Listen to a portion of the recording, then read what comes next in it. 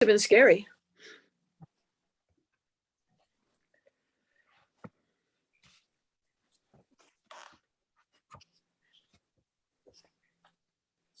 Was it scary? She didn't answer that. I guess if you live in Tornado Alley, you sort of get used to it. Come on. It was a startling amount of damage, but yeah, we were safe the whole time. Okay. We'll let the other people in when they get here, if they're coming. Yeah. And, you know, they have issued Wanda Coleman's American Sonnets as a whole book. Have you seen, did you hear about that? Yeah, I probably got to get it, even though I have all of her sonnets. And this one has a link to the occasion, I guess. So I'll read this. You know that phrase, someday we'll look back on this and laugh. That's the starting point. Number 88 of 100 American Sonnets. Looking back, no laugh yet. In this rage of ghost Texas and snuff erotica, can one art rescue another in decline?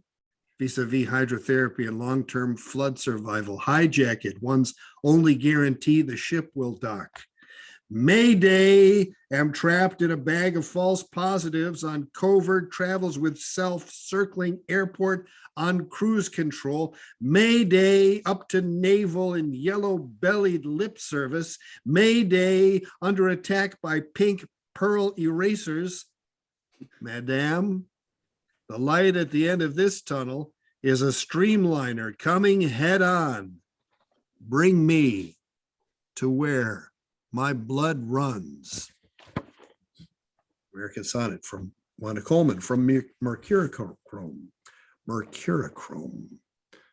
Wanda Coleman. Adelia is jumping the gun a little bit with a poem that we're going to be looking at here in a week or two. I forget exactly when it's going to be, but it's coming.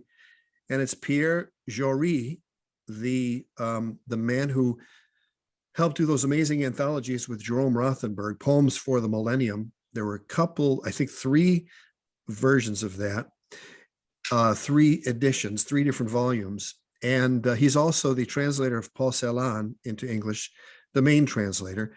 And he's a fine poet himself. He's got a book called Nomadic Poetics. And he had a poem in 1986 called Canto Diurno Numero Uno. So the title in Italian, he's from Luxembourg and he speaks 5 languages. He lives in Albany. I think he teaches at SUNY Albany, not far from you, Ingrid. You lurcher, or lurker maybe. I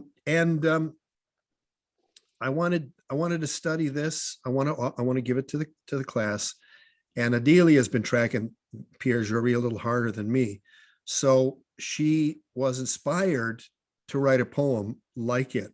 And it's an all-day poem, Canto diurno, day song. So I think he started writing it at 2:35 in the morning or something like that. And then again at 7 a.m., another honk. And then throughout the day, he's written this sort of epic in a day poem. I think it's 20 pages, something pretty impressive. And so Adelia sends me this poem. And I'm like, holy shit. And you can't come today. The least you could do is record it for me on Zoom. And I wasn't home. I was taking the link. So I'm like, can I do this? Can I have a Zoom connection with you on my cell phone and like mute myself so you don't see the scenes of the light rail train going by or whatever you might see? And so she did it. And I edited it, and it's about 10 minutes long. So what I'd like to do is, after our session is over, for those who want to stay and enjoy Adelia, I will play that. I'll have to take out my headphones because the sound doesn't work if it's complicated. So I'll take off my headphones and change it around. But we'll listen to that, watch that actually, and then I'll have that link. I'll put it online along with this video. I'll make this video of this show available. So that's what's going on. So we're still waiting.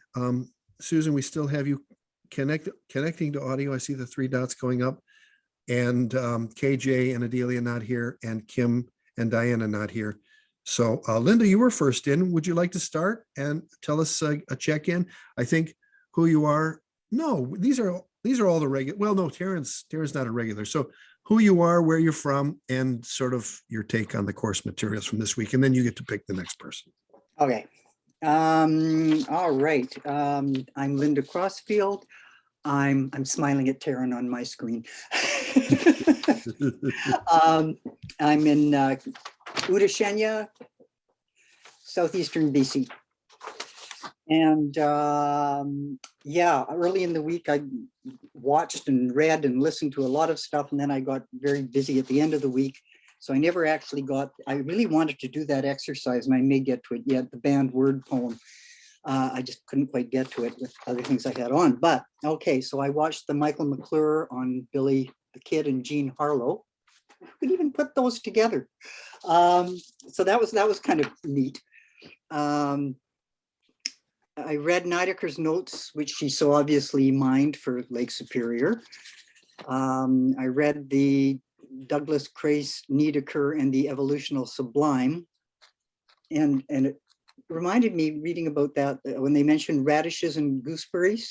I remember hearing that mnemonic when I was in school, you know, because God forbid English people couldn't possibly get their mouths around the French names. And I liked what he said about how much the poem gets in by leaving out. And I liked what he said, Nideker's method of condensery is to scour the sentence as if to sand the way the glacier scoured the Lake Superior rocks, which I just thought was a beautiful way of describing condensery, which interests me more and more all the time. I just think it's a really neat thing. And I like the true source park idea of Nideker's going directly to the source of whatever it is you're writing about. So I found that all interesting. And I love Beauchot. Bonjour, Beauchot. That's so cool. Especially when she was reading Sid Corman and Origin Magazine and reading Basho, and telling people Beauchot, meaning bonjour. Yeah, we lost Susan Anderson. I'm sure she'll pop back in. She had the 3 dots going the whole time. So yeah, she's probably having a connection thing. I read the 3 letters from Nideker to Sid Corman. I'm not sure how I feel about her getting her stuff published when she was very specific about not wanting it published. But on the other hand, I'm glad it was published, you know, but yeah, it just sort of seems like a bit of mansplaining going on there or something, you know. Muriel Rookheiser's unfinished work. I love that she made a decoupage waste paper basket out of her rejection letters. That really resonated, having had a few. And then you asked if she was ignored and neglected, and I'd say yes, because she wasn't cute, and she was gay, and she had a kid out of wedlock, and she was female, and all those things can make life difficult sometimes. And a communist. Oh, there you go. Yeah, right there. The Robert Creeley, it was interesting how his poetic form changed as he aged, I thought. And the other thing I read was the New Zealand artist photographing the Gauguin paintings of 2 women who were likely 2-spirit men or something, if I understood that correctly. Anyway, that was a really interesting piece too. So yeah, I really enjoyed the material this week. You went way ahead. I was going to talk about the Crace next week, and but that's okay. I mean, if you're reading Lake Superior, that's really kind of where we're trying to go with it. Creeley stopped writing projectively later in life, and a lot like Charles Bernstein, when his daughter committed suicide, poets like that from the very heady intellectual school, they never figured out how to really get that emotion into the poem through projection. So Creeley reverted to formal verse for stuff later in life, and Bernstein resorted to formalism to express his grief at his daughter's suicide after she was in a horrible accident and was in a lot of pain. Mm. So I find it very interesting that, you know, a poet like McClure, a poet like Olson, other poets who are able to continue writing projectively, but some poets, they didn't have the energy to do that. And I think it's fascinating. And Creeley, the fact that you brought that up about Creeley, I think is very perceptive. But I like Creeley as an example of how to write concise, small, you know, kind of energetic, very small lines and not the sprawly kind of Whitmanic lines, and yet write projectively, which I don't think Niedecker was doing. She was cutting and hacking, and I don't think she ever really developed that kind of feeling of, I can write a poem, look at it maybe the next day, change a couple of things, and then move on to the next thing, or tweak a couple of things, or fine tune it, you know. So that's kind of the reason why I put those things together. I hope that came through somehow. Yeah. You didn't write though. You're going to work on that for maybe next week. I didn't write for, I wrote a poem last night using lines from Ilya Kaminsky that are in Deaf Republic, but because I had another thing this morning that was for, so I ended up dashing off. I could read that if you wanted. I would love it if you read something. All Sure. right, we'll read that.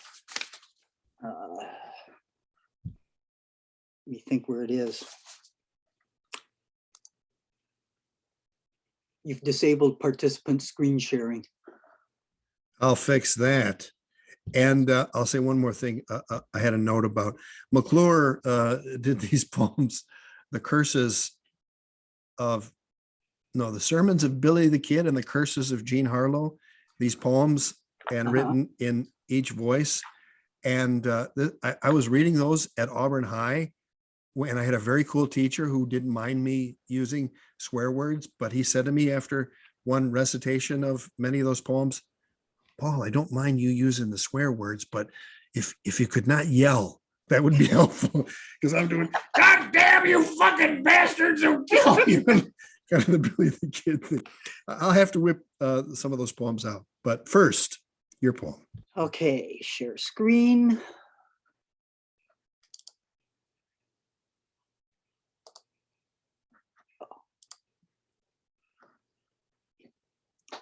Okay, the lines I used are the last two, and they're italicized. You'll see it at the end. Ilya, Ilya, give me a word. Ilya, Ilya, give me a word, a phrase, a line, something to amplify my reaction to this war so many pretend isn't happening. Every day I go about my everyday. I think I count my blessings, but do I? How can we, the great swirling swell of the we of us, not inhabit this gentle place in this great sphere of a planet, in this incomprehensible universe, and not count our blessings? Yet so many seem not to. I tread carefully around Twitter. No one wants to see all this stuff going on in the bombed cities, the loss, the loss. I imagine it here, fingers crossed so as not to tempt the dragon, the invasion dragon. What next? When will it be our turn? We've got water so far. Uh-oh. And still the moon manages to rise in a tortured sky. A candle is lighted for a somewhere love who needs a candle lighted. And isn't there a sense, can't you feel the sense that we as a species are going down? Some see it coming, some waiting for the next generation to weigh in. Whatever, I'm being serious now. We humans are not good examples of how to behave nicely with each other. We've pretty much outstayed our welcome on this planet. And much as some of us would like to stick around for a few more millennia, I'm not convinced we deserve to. The heavens observe our feeble machinations when it comes to getting through a day, a year, a life. On Earth, a man cannot flip a finger at the sky because each man is already a finger flipped at the sky. Classic. I love that line. Hold right there. This great swirling swell of the we of us. You have the S and W and the W in there 3 times. I love the music of that. What do your and one other thing, the title. If you go up to the title part, Yeah. I think when you have a title like that and you repeat it, unless you're really going for the repetition, you might want to just make the title Ilya, give me a word. And then go into it. And then go into it. Yeah. So you can take out lines 1 and 2. And yeah, that run on, what do they call it? A run on title or something like that. Something like that. Yeah. But yeah, I agree. As I say, I wrote it last night. I know it wants tweaking, and you're absolutely right. That's just the thing with me. When you present this to the other class and they see it sprawled out on the page like this, do they have a reaction to that? Yeah, they liked it. Actually, Richard Osler was in the group, and he noted that it wasn't lawnmower poetry. And somebody else said they liked that I read the spaces, and I said that spaces do more work than a comma. So Yeah. I'm really liking doing that. That's a good quote. Spaces do more work than a comma. I like that. That's classic. You may use it. Thank you. Thank you, Linda Crossfield of Utashenia, British Columbia. See. Okay, great check-in, and thank you for reading ahead in the Lake Superior book. I'm glad you're finding it meaty. I think I'm going to give my mother outlaw a copy of it for Christmas. We had her over for pancakes today, and she was talking about Wisconsin and the glacier scrape and all that. And so I think I can get a deal on it, right? Through Wave Books, through their very generous offer. So Linda, you get to pick who's next. Let's hear from Ingrid. She's lurching. Yeah, I'm just visiting tonight. Are you Thank just you. visiting? I'm not quite with it yet. Give us your pain level kind of update. It's numbing, and I'm sleeping a lot, and it's just because there's just too much pain. And I've got the in-house nurse and the in-house therapist, but it's just slow going, that's all. And rather than push it, I just thought I'd come and just try to enjoy you guys. But thank you, Linda. Is someone cooking for you? Yeah, my husband has to pull out frozen boxes. We're sticking to frozen boxes until I can get back to cooking. But it's all right, it really is. So I'll have a piece of cold pizza after this, and that'll be supper. That kind of stuff. It's really all right, at least I'm home. Yeah. I think I'm going to have something similar tonight because Bhakti's in Portland. So. Oh, yeah, because all that movement back there, I always think, wow, 5-star meals at Paul's house. You are not kidding. My father-in-law came over for a couple of days because the sisters were in from Wisconsin. And he said, well, I really appreciate the first-class hospitality. And I said, Joe, we live like this. You're welcome here anytime. All right, Ingrid, well, you're in my prayers. I want you to know, I don't know how potent they are, but they're going out every day. So sending out the good vibes. I'll get there, and just thanks for letting me be here, even though I'm not really participating right now. You get to pick the next person. I want Carl. Okay. Oh, did he probably sent me something. Let me go. Yep, there it is. Document shared with you. So, and it's probably your check-in. Carlton, Louis. Okay, wait a second. Yeah, there it is. Check-in for 5-1. Now, you may want to go to that look you had on before everybody showed up. I don't know. Consider doing that. Are you there, Carlton? Are you frozen, Carlton? He should really be here for his check-in, don't you think? I mean, it's only fair. Carlton? Oh. If he's not there, let's go to. I thought you were frozen. Is Were he you back? working with me? I wish I could do. I'll have to remember that one. Okay, yes, your check-in. I have your check-in. I'll just do. Hold on a second. I'll share the screen. You're still muted. Check-in for 5-1. Okay, I'm going to read it. Check-in for 5-1. Watch the end of the movie, The Upside, a remake of the French movie The Intouchables, a movie about a paraplegic with an uplifting ending. Today, once again, I found myself listening to the Moody Blues. I know you're out there somewhere, since sometimes I take the you to mean my muse, and other times it is as though I am hearing the voice Bonnie saying, I know you are out there somewhere. I received an order of Art Nouveau postcards in this past week in preparation for the August Poetry Postcard Fest. Be on the lookout for that. This weekend is the FSPA, Florida State Poets Association Conference. It is the first of 2 biannual meetings and is nicknamed the Spring Fling. I sold 3 of my books during the conference, far out.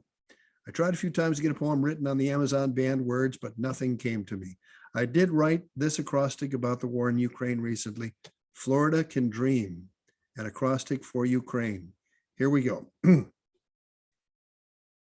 Underground, they lie huddled and entwined, kangarooing new blue realities to avoid the one above. Reality is raining bricks, rubble, and ruin. And we in Florida can dream of talking mice and meeting princesses. Insatiable, our appetites for growing pleasure.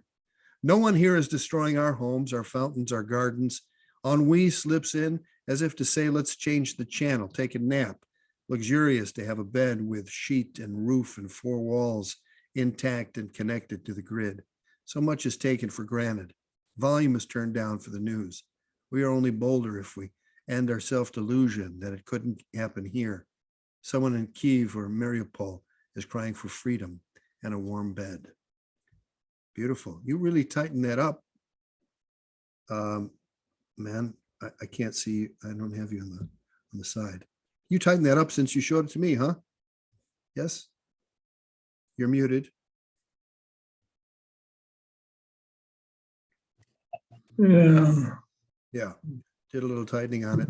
I was thinking about the Seattle Link Light Rail, and there's a couple of tunnels, actually, one in Beacon Hill and one downtown. And I was thinking, do city planners now see what's happening in Ukraine and think we need to be there for the time that this is going to be a bomb shelter in the event of an attack? Because it's quite possible that it would happen. So I thank you for that poem. And yes, like Linda and Skylar, the kangarooing, they like the kangarooing line. I mean, that's the kind of, I'm going to share screen again just so you can see what we're talking about. But that's the thing about the form here. He's got to come up with a K. So what does he do? He turns a noun into a verb, which is a very poetic thing to do. In fact, didn't Hua Win say something about that in the interview? You can verbize your nouns or do something like that. So points for that. Reality is raining bricks. No shit. No kidding. Beautiful. I'm glad you survived the spring fling too. Would you like to name someone to go next?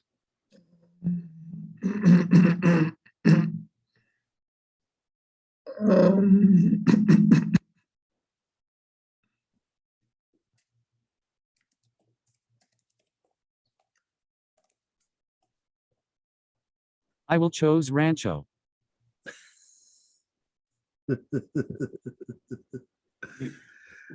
I am chosen. Thanks, Tim. Thanks, Carlton. Yes, Carlton, Tim, I don't think everyone knows the Rancho reference. My home space is called Rancho Chaotic. And so I have been dubbed Rancho. Every now and then Rancho. Rancho, when we're feeling this. When we're shouting out the goddams. Yeah. Paul, before I forget, George Freeman is the guitar player in Chicago who uses a knob from a cupboard as a pick. And I haven't created my own yet, but I've been playing with a couple of different things. But yeah, to have something larger in his hand that he can pluck with. Did he play with Kurt Elling? Do you know Kurt Elling? Yeah. Is he everybody? He's deep. Is he any relation to Von Freeman? I think he might be related to Von Freeman, the longtime tenor saxophone giant of Chicago. No. That I don't know, I but think- yeah. but he's huge in Chicago. And if you look at his discography, he played with everybody. Yeah, the doorknob pick is just, that's a stroke of genius. Yeah. So I'm working on that. But before I forgot that, so of course, long before we ever started this with you, Paul, I had our theater company had looked at performing The Beard at one point. We actually chose to do Josephine the Mouse Singer instead, which was an outstanding production,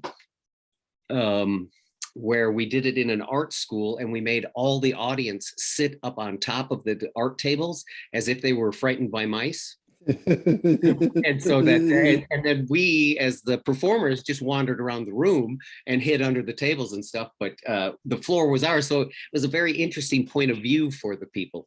But a play I've always been in love with. But initially we did look at The Beard. We just didn't think that that its shock value had already been taken. I think was part of it. It was like, you know. I don't think you can have enough cunnilingus, if you ask me, but that's Yeah. just my take on it. Yeah, just working to get arrested again. But I loved the video with him mostly for the space when he's thinking or looking in his book, and it's that thing of I'm always searching for, where do good ideas come from? And they come from space, is one of my lessons. And that was so apparent. It was so easy. His voice, everything flowed so nice. Very few extras, ums or ands, just those ideas unfolding, which was really nice.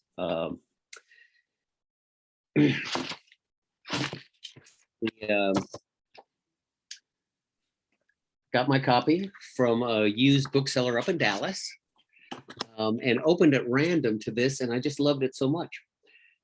There's something about America that's unthinkable, like the style my mother thought she ought to be accustomed to, because her mother had convinced her that she was better than all of this, whatever this is, but not good enough to slough off the religion of the simple joys of poverty, humility, and fear. And just opened at random to that when I first got it, and I just love it. I was like, I'm marking that, putting a circle around that.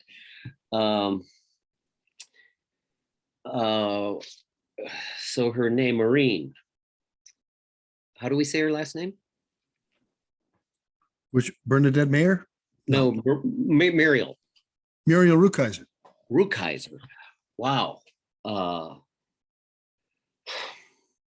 Just to watch again that beating that the women take and have taken for so long, and the lack of acknowledgement of their work, you know, and having to hide their gender and all of those things that have happened in the past, is that just was another body blow, that we have this talent that never sees the light of day simply because of their sex or their orientation. But loving that.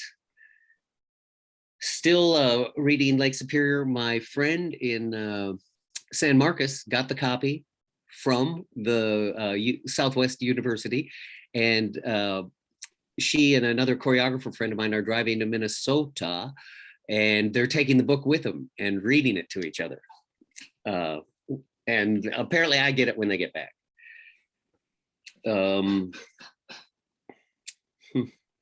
What else was out there? Oh, so great following the McClure interview was the Creeley interview. Just popped up right afterwards, which was also very interesting then because he was next in line here. Did not do any writing this week per se. Did some nice art days for myself. There's a series I would recommend on Netflix called Abstract, where they talk to designers. And it's very interesting because they in each piece, they go into a little bit of how each of the designers works, how they create things. It's people who design fonts or playgrounds or art. There's a huge cross section, tennis shoes. But the beautiful thing in each one, they're all about 40 minutes long, is at one point they open up their hearts and you get a little glimpse. The gal who designs playgrounds, just how oppressive the educational system was for someone who is slightly off spectrum, and which resonates with me personally too. But I did that for myself. Have some reservations to go see some dance performances later this week. Oh, rain lilies. Wanted to tell you about rain lilies. There's we have a flower here. It's a rhizome. What is the Zephyranthus is the genus. They propagate by seed, but they're this tiny little white flower that only will bloom after drenching rain, after a period of drought. So they become a rhizome and they just sit there and wait. And so this week we had 2 days of slow rain and people's yards filled up, and people who just moved here from California were like, are they weeds? And I was like, no, don't Put the Roundup away. Put the Roundup away. Yeah, because people's yards fill with them. And they're such an amazing thing. But the thing is, beauty of them is they cannot be fooled by city water. Only The rainwater. Californians or the flowers? Yeah, exactly. Okay. The rain lilies themselves will only bloom after a period of drought and then a drenching rain. So those little rhizomes just sit there and wait, sometimes years, to bloom, which yeah, they're one of my favorite flowers. They only last 3 days. But Have you ever written a poem about this flower, Tim? Well, it's the materials here on paper now. I just haven't written it yet. But let me tell you something. There is a writing exercise coming up with your flower written all over it. Excellent. So, because truly that's what it's been inspiring. I'm just like, so little notes. I've been taking all the little notes about the rain lilies themselves. let me ask you to go back to this tape to transcribe what you said about it. That might be your task, to transcribe what you said about it, because it was like a poem in itself. The Californians wonder if it's a weed. I mean, that was just classic.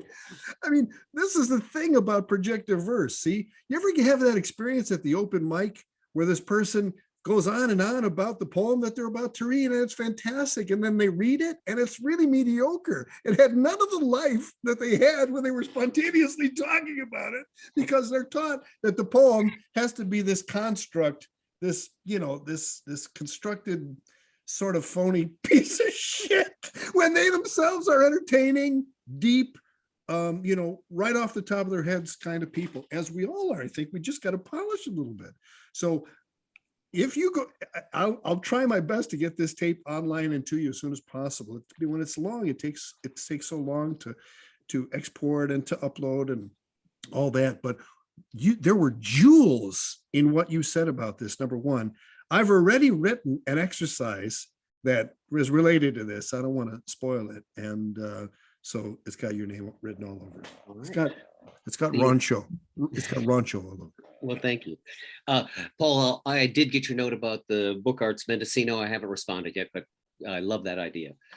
So thank you. That's my check-in, and we're going to Skylar. Hold on just a sec. Wait. I honor that you put Skylar next. I recognize that. I see that. Book Arts Mendocino happened this past year in Mendocino, California, January and February. The gallery displays of book arts, fantastic. 3 former current letterpress artists, Teresa Whitehill, Zita Borsach, and Felicia Rice. They're brilliant. I'm thinking we can do a poetry postcard exhibit there. So I've asked Tim and a couple of other postcard veterans if they're interested. If any of you are interested, I can't organize it, but I will go down there. I will also help. I will help provide resources. That would be next year, and it would feature different displays of postcards or postcard art. Maybe we'd have a postcard workshop. I'd like to teach how to write a postcard, and maybe can do someone, maybe you, Tim, can do how to create collages. So that's on that's out there to you all. If you want to get involved, you know where to get me. So, and then the other thing I wanted to say about Josephine the Mouse Singer is Michael McClure said its subject was projective verse, which is fascinating. When I did my elegy for Michael after he died, I think one of the last lines was the mouse that taught projective verse. And I told Bob Holman that. And if you read it again with that in mind, about one's song, how one song gets communicated, how one gets persecuted for singing that, the piping. Oh, that makes so much sense now. Yeah. I just clicked because I love the play so much. Just so people don't know, it's also the story of an artist. If you're a mouse, there's a certain point where you stop being playful and childlike and get to work. But if a particular mouse decides to continue singing like a child throughout their adult life, it's an unusual situation and always draws a crowd, which then draws the cat. So art becomes dangerous, but it's a beautiful play about the artist's struggle. And now I can see that the song is the same throughout the whole. All Josephine ever sings is peep, peep, peep, peep, peep, peep, peep, and you know the actress can choose to sing that like an opera or whatever, but it is that it's no better than anybody else's peep, but it is her peep. Did I read the Martha Graham letter to you guys? No. Can I just do that? Yes. Martha Graham's letter to Agnes Demille. Agnes Demille suffered, just questioned herself as an actress and whether any of her work was even worthwhile. Martha Graham wrote to her, "There is a vitality, a life force, a quickening that is translated through you into action. And because there is only one of you in all time, this expression is unique. And if you block it, it will never exist through any other medium and be lost. The world will not have it. It is not your business to determine how good it is, nor how valuable it is, nor how it compares with other expressions. It is your business to keep it yours, clearly and directly, to keep the channel open. You do not even need to believe in yourself or your work. You have to keep open and aware directly to the urges that motivate you. Keep the channel open. No artist is pleased. There is no satisfaction whatsoever at any time. There is only a queer divine dissatisfaction, a blessed unrest that keeps us marching and makes us more alive." Fantastic. That's spot on. Anyway, Skylar. Thanks, Tim. Sorry, I went back and took more time. Hi, Tim. While you were reading, I found this webpage that prints up that letter by Martha Graham and then has Meryl Streep and Yo-Yo Ma performing it. I'm going to put the link in the chat. Far out. Okay. Far out. Yeah, nice. All right. So I didn't get to everything in today's work, but I did listen to the Michael McClure interview, and I've got a couple of links in the chat because I found transcripts of that interview. And for me, I always like seeing the words.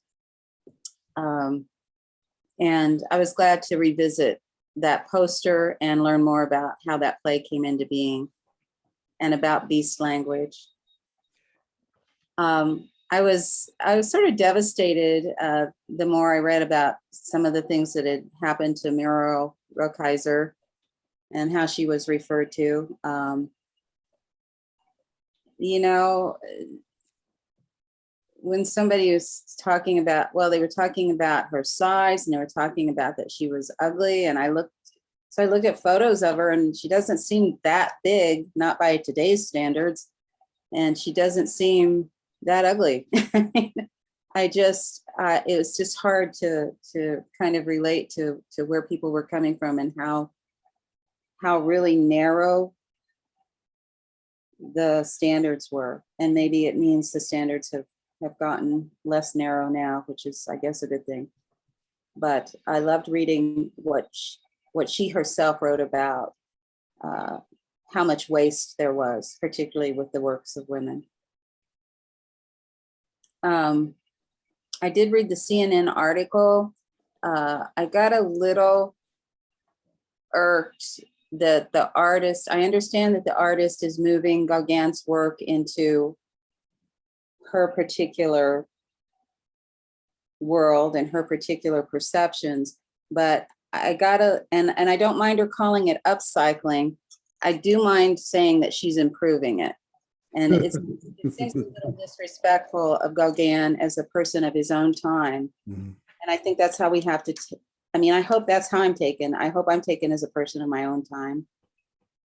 And, but anyway, I know that the artist who's doing this is hitting all the hot button items these days, you know, anti-colonialism, you know,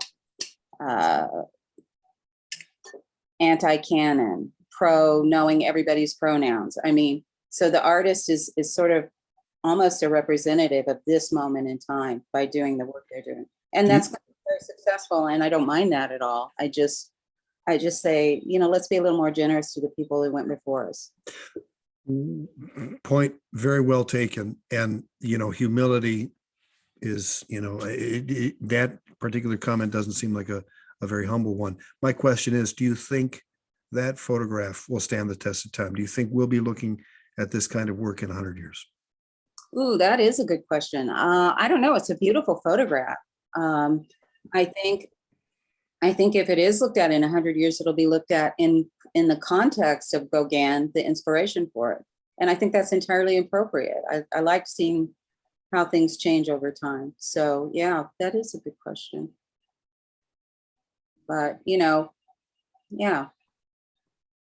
Yeah, I think it's better to recognize and honor the people that came before instead of trying to say they did something wrong. Maybe. Anyway, I didn't write the banned words exercise, although I do hope to get to that. I did write something kind of silly. I wrote a villanelle, and I'd be happy to share that with you. I think I needed something silly and frothy. One question. Is it silly because it's a villanelle, or is it a silly villanelle? It's a silly villanelle. Okay, just checking. Villanelle. Because, some friends of mine we were all writing villanelles, and they were writing really heavy ones about Ukraine, which is great. And I just needed a break. So I wrote kind of a silly one. So I can share that with you guys.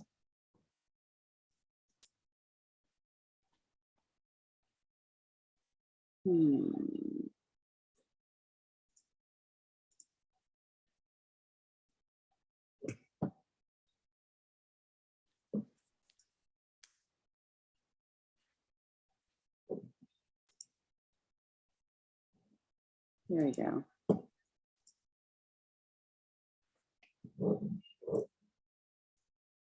Okay. I also have a picture of a tornado for you. Let me see if I can show you that. Oh boy. Yeah, that was 2 days ago. And this event, it produced some of the most amazing tornado photos I've seen. And this is just a classic one. Where did you get that picture? That's from one of the local news stations. And it's right over a school called Sunflower Elementary. Jesus. I know, look at the windmill. I mean, wow, classic. it didn't take out this elementary school, but it took out another elementary school in the town, as well as the YMCA. But It's like no, a mushroom cloud. nobody. Yeah. So, Unbelievable. Brutal. That's brutal. yeah. So anyway, this is a villanelle, and the part at the top is just my reminder of the format I was supposed to follow for rhyming. This is the villain questions the villanelle. Is it swell to write villanelles? It's right to write one every night. So says the poetry, mademoiselle. End rhymes cling, cling like bells, taking lines on flights like kites. That's why it's swell to write a villanelle. Villanelles dispel dry spells as well. So go on, typewrite a poem outright. So demands the poetry, mademoiselle. Words flow like water from artesian wells, like light flows from a star or a street light. It's swell to write villanelles. Villanelles impel rhymes in their nacelles. So what if the thought's not so erudite? You'll be forgiven, mademoiselle, since the poem's housed in a pretty shell and all the rhymes make a nice sound bite. It's swell to write a silly villanelle. They all please the poetry, mademoiselle.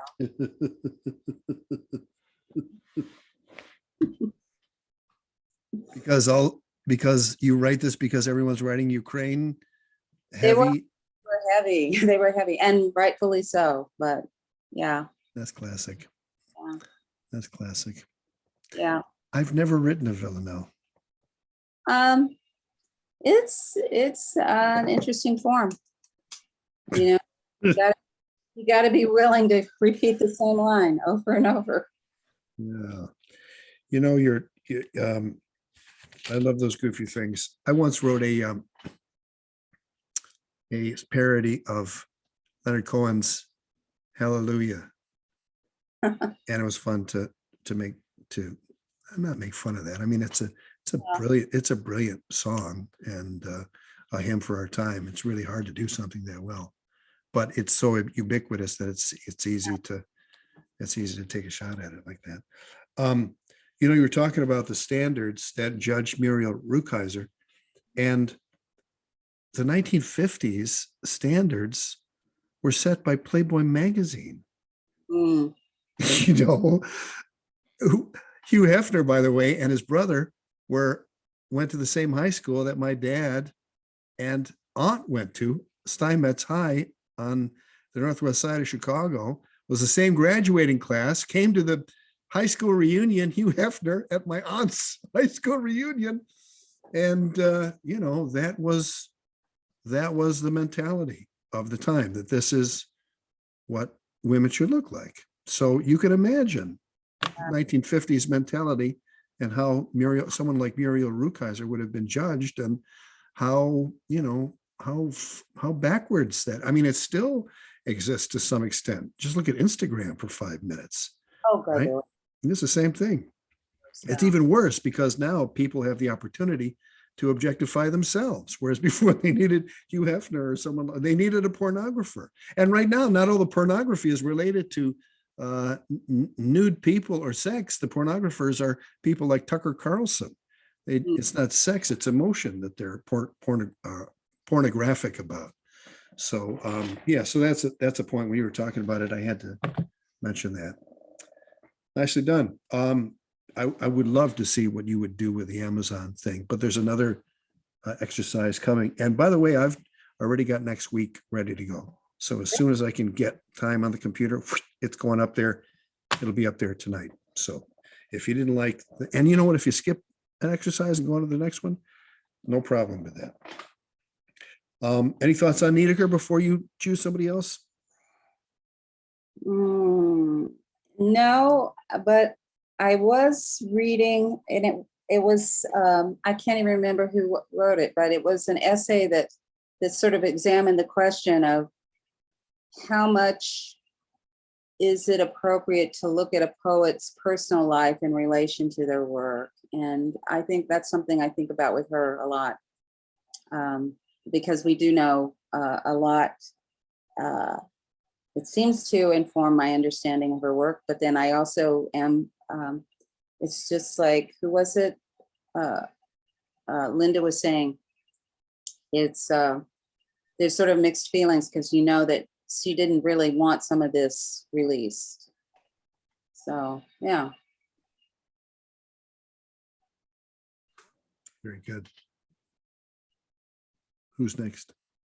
Oh, how about Anne Graham Walker? All right. Thanks, Kyler. Nice work.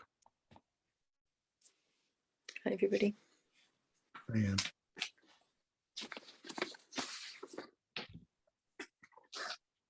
Oh, I had my week sort of like taken over by a traumatic dental surgery. So I don't know. I don't have anything really perceptive to say about the readings.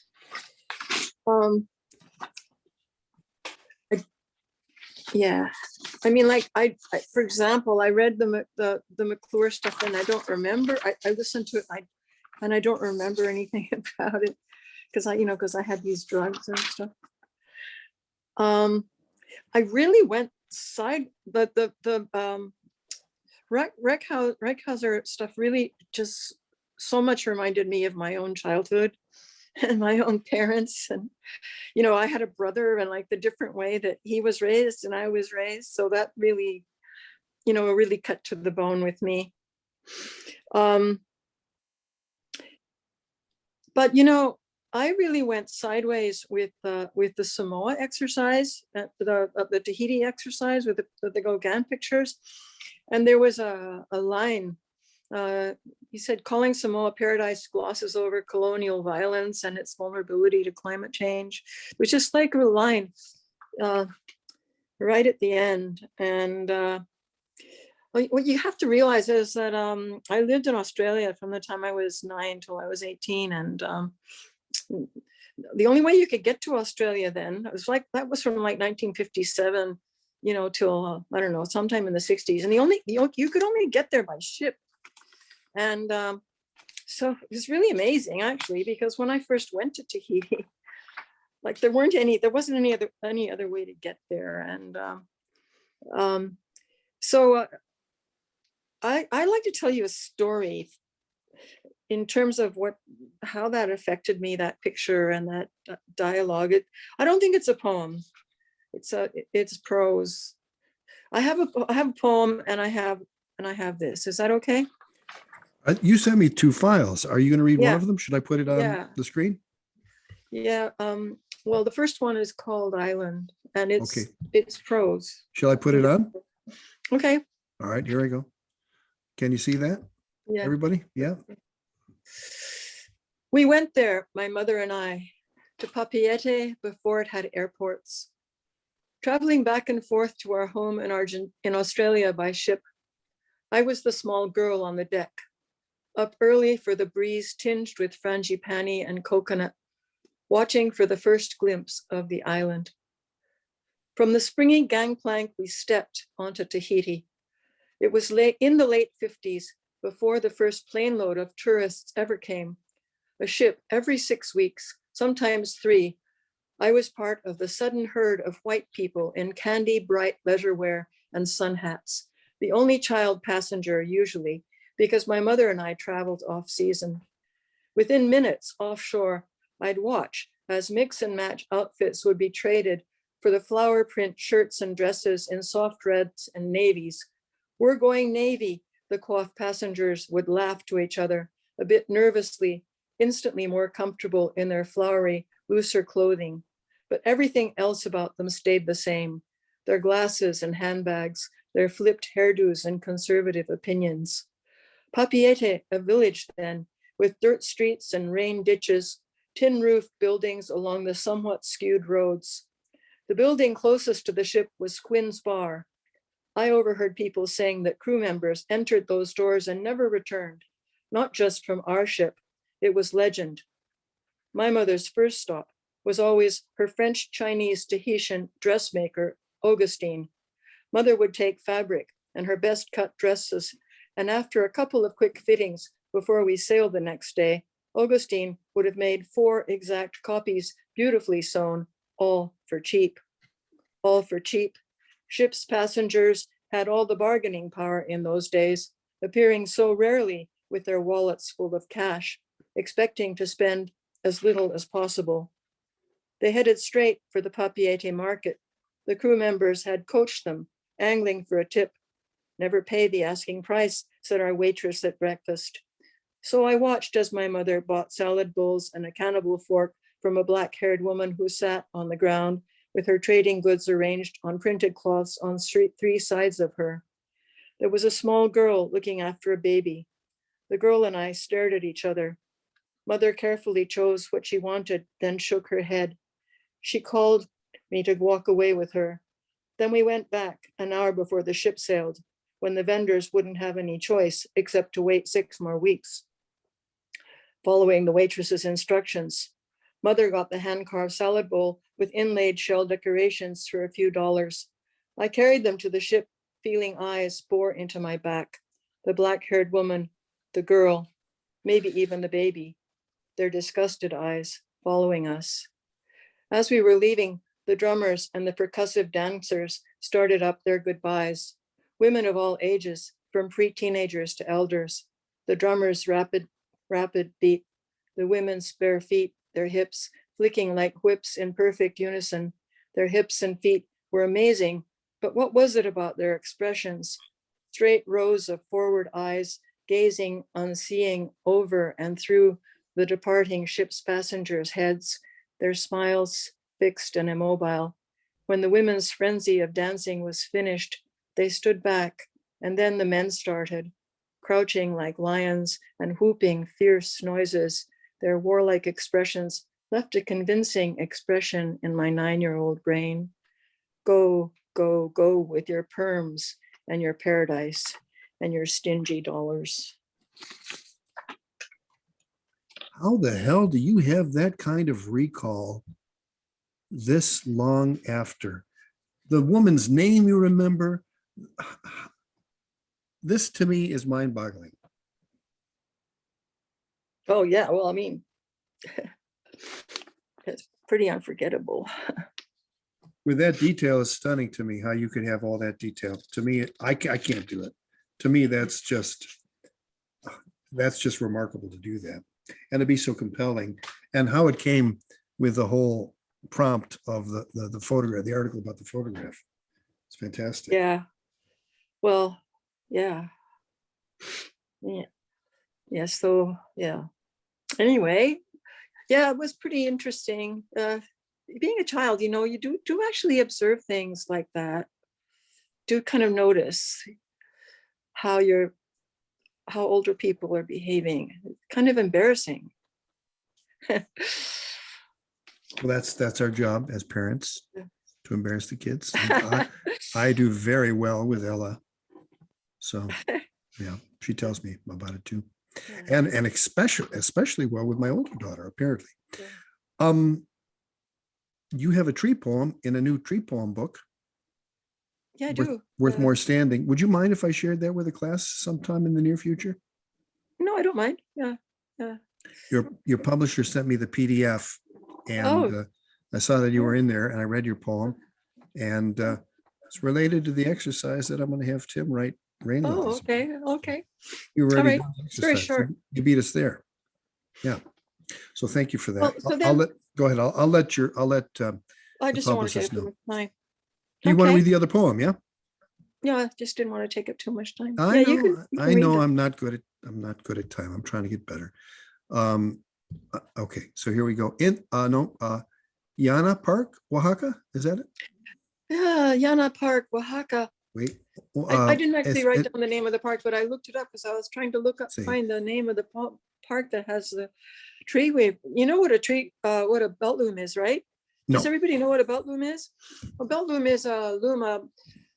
You sit cross-legged on the ground, and there's a sort of a strap that goes around your back, and then it's attached to the warp. You know what the warp is, right? It's the tense threads, and then the warp is attached to the tree, and then you create the tension by where you sit cross-legged, and then the women would sit cross-legged there, and then they would weave with the weft as they sat there. And Joseph and I went to this park to to see the tree weavers because I was a weaver at one point. And anyway, so this really happened while we were there watching the tree weavers. All right, so I should share screen now, yes? Yeah. Okay, here we go. Yana, wait, Yana Park, I'm still looking at the, Oaxaca, 1967. I'm That's when I still, first met hold Joseph. on Yeah. a second. Okay, Well, you know what? That's reverse. It should be 1976. Yeah.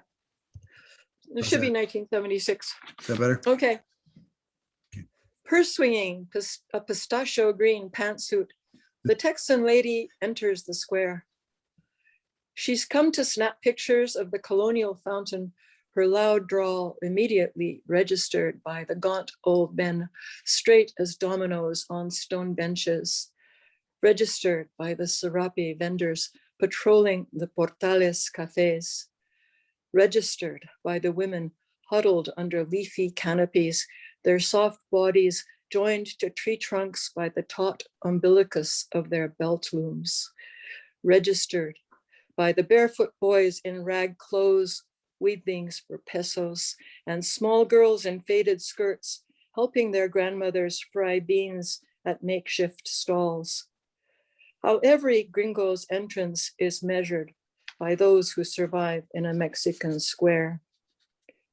Milling around in the pathways, despondent, skinny dogs play dead, buzzed by flies.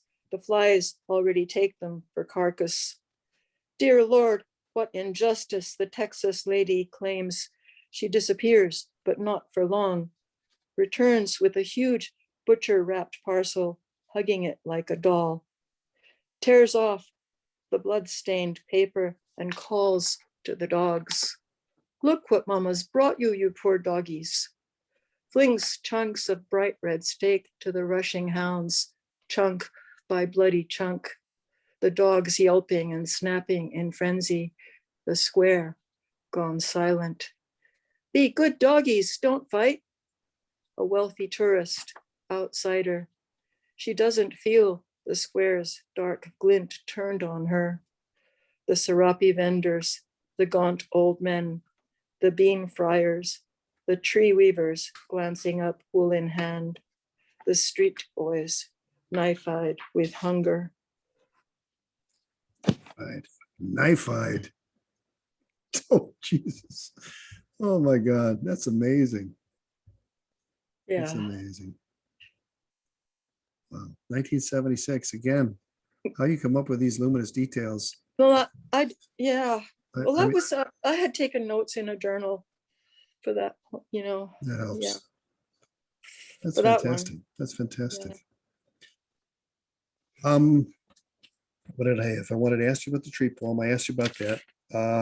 I did have something else, Skylar, about the beard and everybody who watched that McClure thing. I put that in because I wanted you to hear the story of how a project, you know, the genesis of a project. I think it's always very interesting. And it's usually the first question I ask in interviews.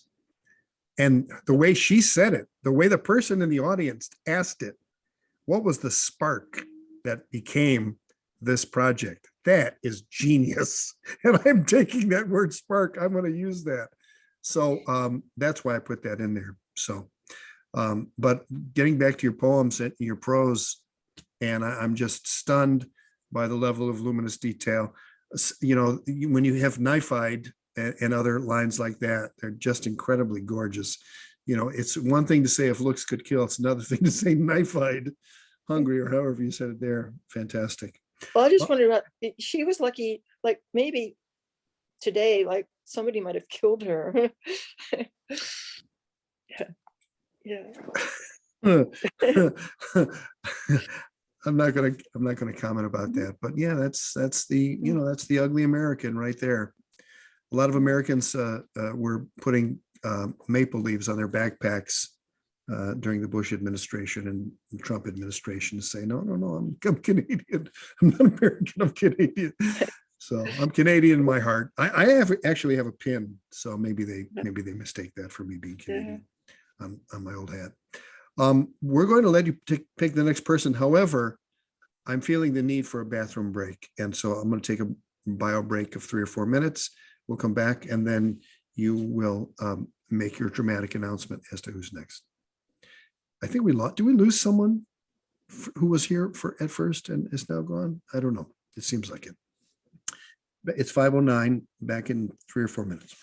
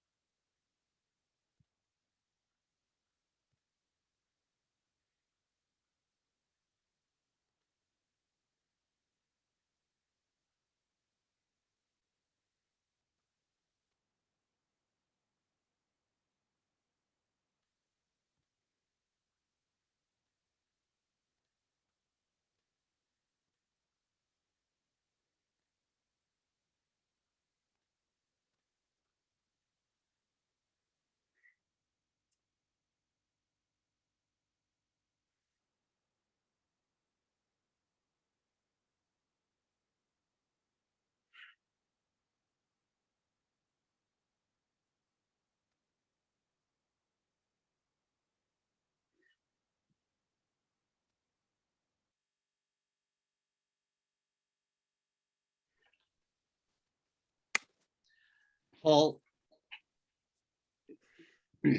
the completely forgot about the Beast poems. Once again, McClure's performance of those, when I see those words, I'm always, "Ah, and it was so simple how it unfolded. Had once again, they took up more space, I think. It was pretty cool. McClure, the last time he read at the old Splab in Auburn, and it was the night that the U.S. invaded Iraq. Was it the first Gulf War or the second? I get all the Gulf Wars confused. Life seems like one big, long Gulf War. However, he would read these poems, and every time he finished a poem, he'd go, "Grah." Right? He'd read another poem, he'd go, "Grah." And I was in the back because this is my party, and I'm going to be in the back and watch to see if everything's going well. And he read a poem and he didn't say "grah." So I said from the back, "Grah." And he said, "Grah yourself." I have to read some of those.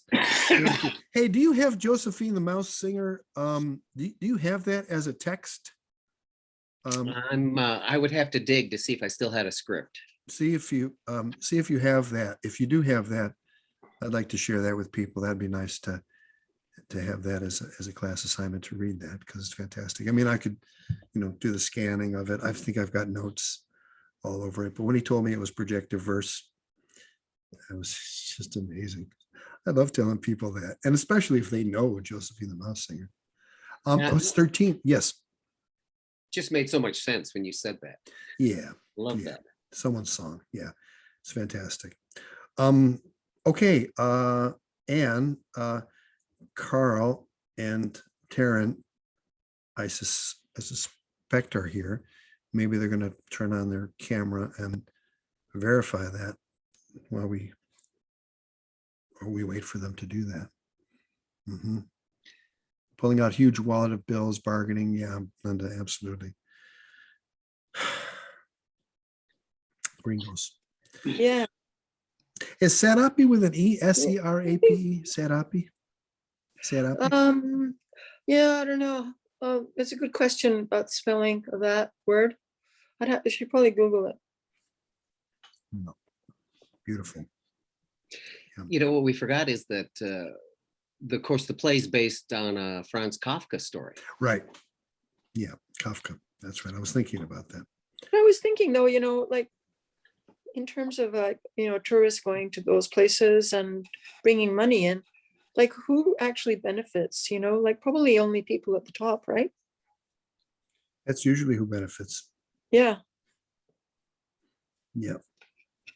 Yeah. The whole freaking thing makes me a little crazy. Yeah.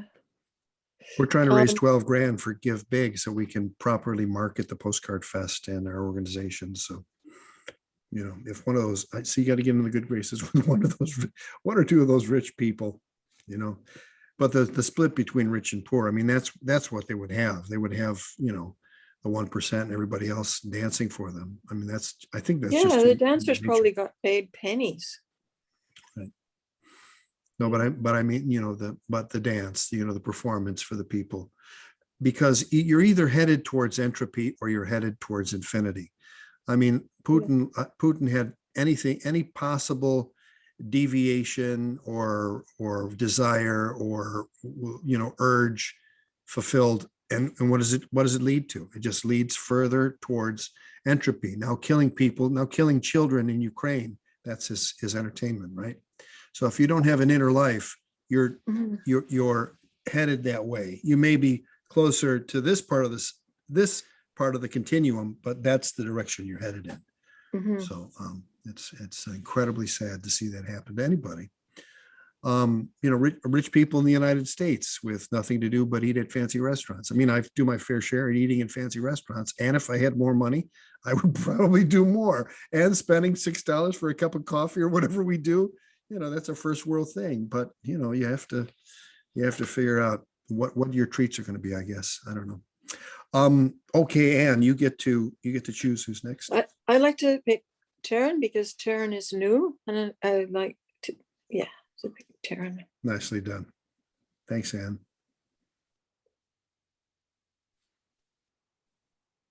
Hi, everybody. Once again, I'm in Kirkland, which is across the water from Paul. And I also want to let you guys know that I am non-binary and that I use they, them pronouns, which will definitely be part of this conversation. Sorry, so, Taryn, you're a bit soft. I can't really hear you. Can't hear me? Okay, just a sec.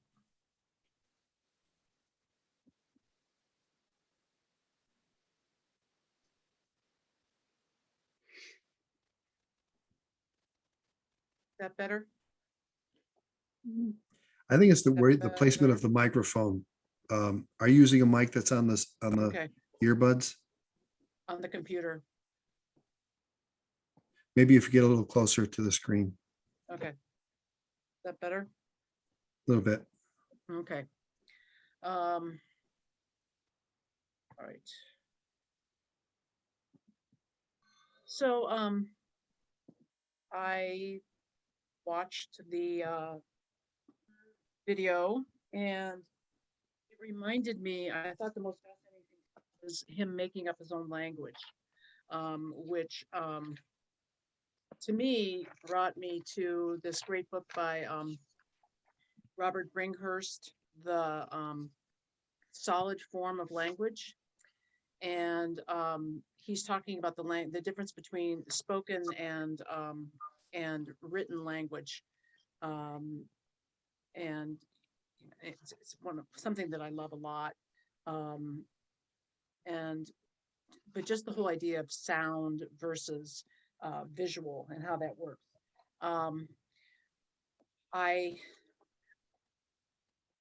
So I'm going to move on from there. Just some of the things that came up for me were like, he talked about primal noise, development of language.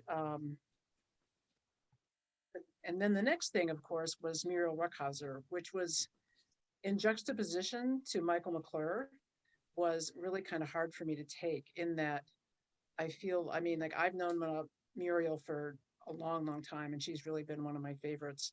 And knowing how she was silenced and what she went through uh, is just incredibly heartbreaking for me. And it's more than heartbreaking. And it was interesting because I was watching, I saw, video with him, and then I saw her, and I thought, why is it that this dude is like, he's famous, and he put little toilet paper things on his chin, and he's cool and famous and all this, and here's this woman who is brilliant. I mean, she's written so much in every genre, and just, I mean, and she's completely silenced. And it's, I was just like, same story, the names are changed, but it's just, it's happening. And I mean, and it still is. So, I'm obviously having a big response to this, but that is part of it. It's even in the 60s, this is still going, and still going on now. But I mean, even the people that we've considered to be our leaders or gods or whatever, again, a lot of the time women and queers are certainly not the ones that we're going to pick. So from there, I went and read the Robert Creeley stuff, which I thought was really I actually like him. He's very playful. And I also like, he's very disembodied though, at least the ones that you've sent to us. But I found that fascinating because it was like, where's the location of what he's writing from? But I liked that because it was very, you could be anywhere from where he was writing. And I actually kind of liked that. And from there, of course, there's the Gauguin thing that everybody has been talking about a little bit, which I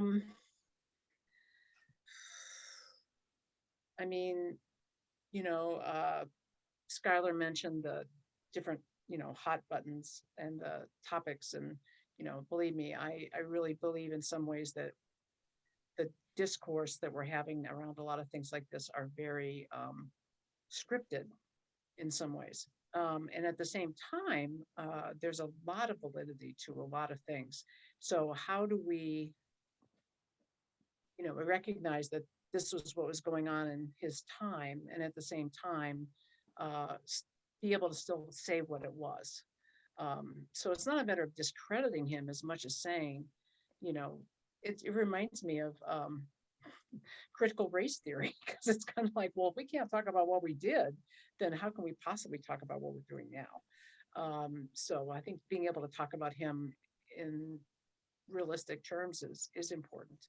But that's, again, not to take away the beauty of what he did, but things like that, they all have a cost. I mean, it's like people going in and taking indigenous pictures, and it's almost like, well, who asked you, And so anyways, so you can see I'm a little worked up about a lot of this stuff, which I normally wouldn't be, but and then of course the piece de resistance was asking me to write an exercise using the Amazon banned words thing, because where I live, Amazon has destroyed the city that I love. I mean, it has turned it into a wasteland of, along with a lot of other things like Google and Microsoft, into this wasteland. And so I tried 3 times to do it.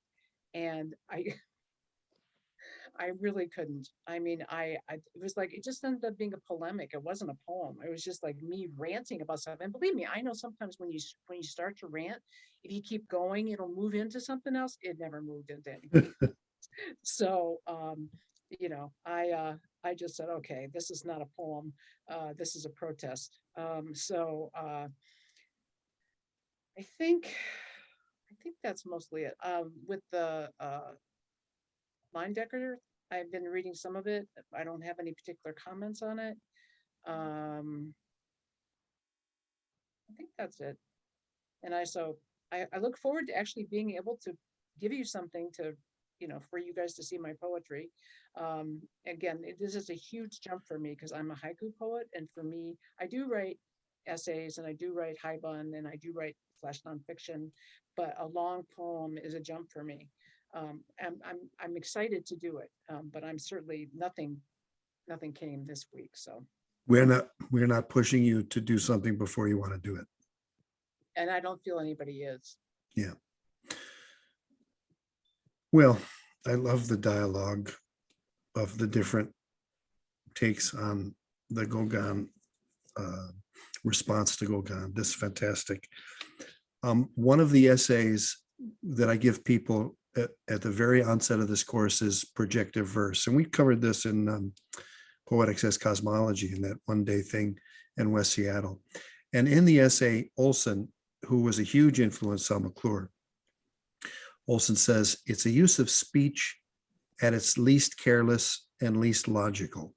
And so Olson is differentiating closed verse, that verse which print bred, and is pretty much what we've still got in English and American, despite the work of Pound and Williams. So Olson in that very essay was talking about that difference between a use of speech and closed verse, open versus closed. And then in terms of the famousness of McClure versus Rukeyser, I'm reminded of Sam Hamill's, I think it was called Old Dust. He did a translation. I think it was Libo, and it ends with what fame, what glory. So the very urge to search after fame and glory is, it's kind of like a character defect, and we have no control over how it happens. Like that Tim sharing of the Martha Graham letter, we don't know if it's any good or not. We just have to put it out there and get it down as deeply as possible. And I will say this, that McClure's work shifted in 1995, and I wrote an essay about it. Well, he asked me to write the introduction to the second edition of Specs, and I could provide that as something we could go over. But in it, I said that his poem Dolphin Skull was the emergence of his mature work. And I really believe that. And McClure loved that essay. He called me to tell me how much he loved it. And yeah, he didn't really, for a guy who was famous, at the end of his life, we couldn't get more than, I think we had 30 people one night in Auburn, and at the Cascadia Poetry Festival in Tacoma. It was not sold out for McClure. It was his last reading here in the Puget Sound region, where he grew up in West Seattle, part of his childhood, delivered newspapers. So, the whole fame thing, and yeah, especially at that time, it was going to be easier for men, especially white men, especially good-looking white men like McClure. I get that 100%. But McClure studied with Duncan, Spicer, Blazer, George Stanley, all queer in San Francisco in the 50s. Duncan out of the closet in the 40s. In the 40s, out of the closet, writing an essay about the homosexual in society. I forget what it was, denied publishing because of that. And one member of that Southern, those Southern poets, what were they called? The new formalists, I forget what their name was, but one of them said he wanted to cut his balls off or something like that. And Duncan was like, please let me have my equipment, was his response to this. So, and these were the folks that McClure was hanging out with. He was hanging out with the people who had the deepest poetic gesture that he could find. So I give McClure credit in many ways for not being your typical white guy. In fact, he was responding to, if you read Scratching the Beat Surface, he was responding to this kind of feeling in the 50s of how suffocating it was culturally. And anyone without the marine haircut looked like his words, misplaced cannon fodder, right? And that was the expectation, along with women to look like pinups in Playboy magazine. Men were expected to be macho, killing, chauvinistic assholes. So I think McClure reacting to that is important. Like Schuyler said, for people to be judged in the context of their time is really important, and their art to be judged in that context. That said, I think when you're really truly guided by a deep force from within, you don't do things. You don't create art that's sexist. You don't create art that's racist. And even 50, 60 years later, you see that. I think that's an example with Charles Olson talking about in the Maximus poems, how certain buildings, their cargo was Black. Who was saying this in the 40s and 50s, worried about, remnants of the slave trade? Very, very few people. So, and then the last thing about the Amazon thing, I wonder if I can find, I know I can find an audio of it, but if I could find a video of sound artist Jaap Blonk, Jaap Blonk, doing this thing about the president does this, and he takes out certain letters as he continues it. And by the end of the poem, he's like, he's taken out so much, you don't even know what he's saying. And it's because there's so much anger. That's the only way that he can communicate.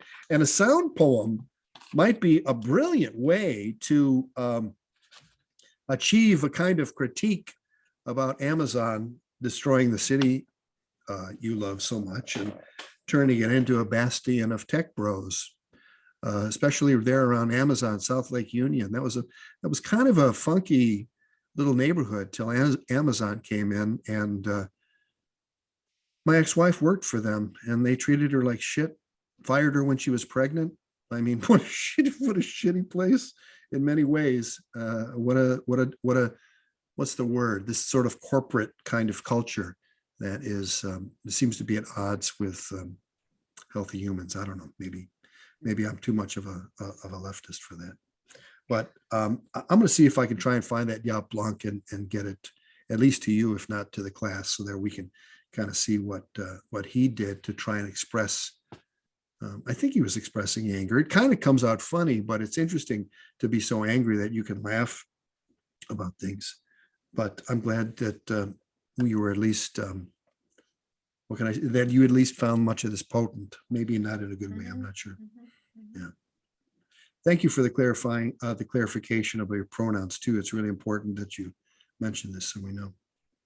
Because it's a bad habit. I mean, it's, you live for 50 years saying a certain thing, and then you've got to shift, and doesn't happen right away. And I appreciate your patience with me for sure. Taryn, who would you like to hear from next? I'm gonna pick Laura. Okay. Hi, everyone. Thanks, Taryn. So I think we've dropped our introductions, but I'm in Upland, California. I wanted to, do I sound really echoey? Yeah, sorry about that. I think it's just like my house. I'm in my new house and it's empty. Sorry. Can you hear me okay? It's a very interesting effect. Okay. It's fascinating. You can record something in there while it still has its echo before you bring all your stuff in. Really good idea. Even the sound of a broom sweeping in that room, I think, is going to be a winner, girl. It's got it's got this great overtone. Yeah. Okay, great. Thank you. I think I can imagine you saying something like, "Pay no attention to the man behind the curtain."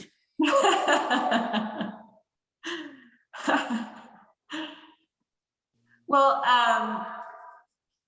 so I have been continuing what started as the hunting haibun, but it has evolved into something totally different. I'm going to share what I wrote this week, and it's not finished yet. It's just a couple of paragraphs, but it'll give you some context about my life now.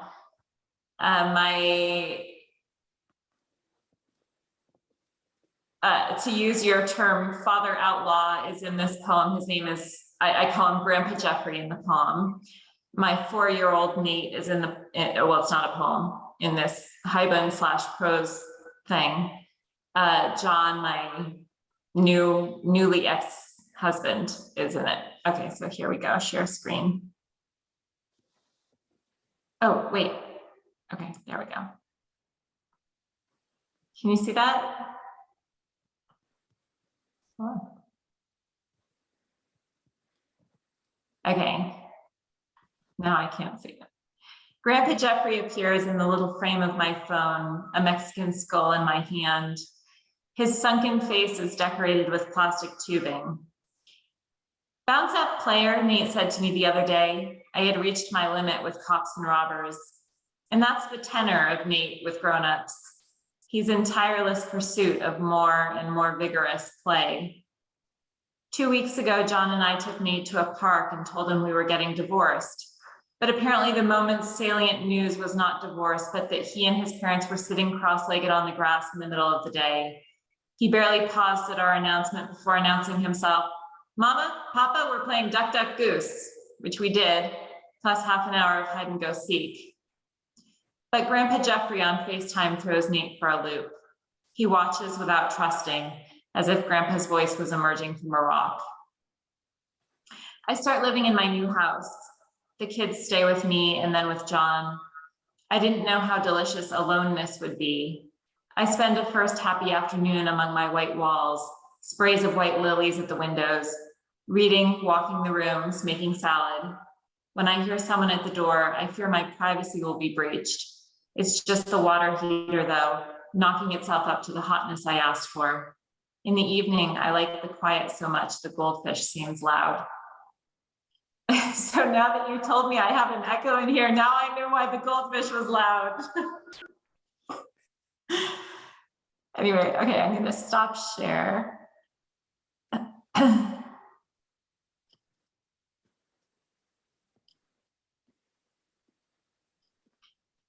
Yeah, did all the readings and watchings. And yeah, Tim, I just wanted to echo what you said about, and especially being in this big, white, quiet, empty space.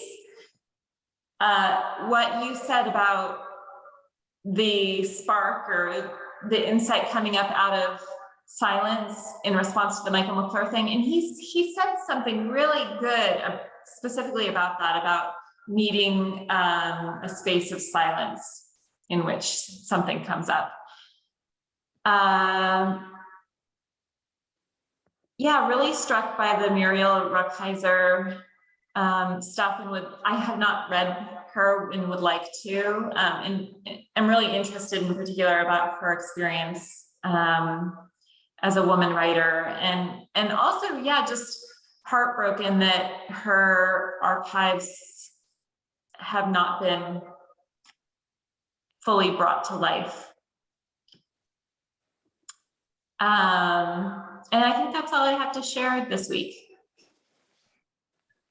You said your hunting hive one is taking a different turn. Do you have some sense of what's going on with that? I mean, they're not Haibun anymore. So that little thing that I just read to you is just like the beginning of what it will be. But they've been like page-long essays in which I pick like a couple of things in my life. So in that one, it's like my father-in-law is dying. He actually died a few days ago, but this was right before it. And so I've got like my 4-year-old's reaction to that, and then I've got me in my new house. And as I write it, you know, something bubbles up about how those things are related. So that's what the Haibun has turned into. And I don't know whether it's Haibun anymore and whether I should like go back to my source or whether this is a good thread to keep just kind of following along. But, and also, you know, it's not about hunting anymore. Now I live in California. All the stuff that was going on in Montana has shifted. So I've got like my Montana section, and now I've got my California section. I think it's all good. I think I'm just going to continue. Open to suggestions though. Well, as long as you feel the energy of it, I mean, that's what you go with, and you just go with your gut. I mean, that's the best that we have, is going with our gut.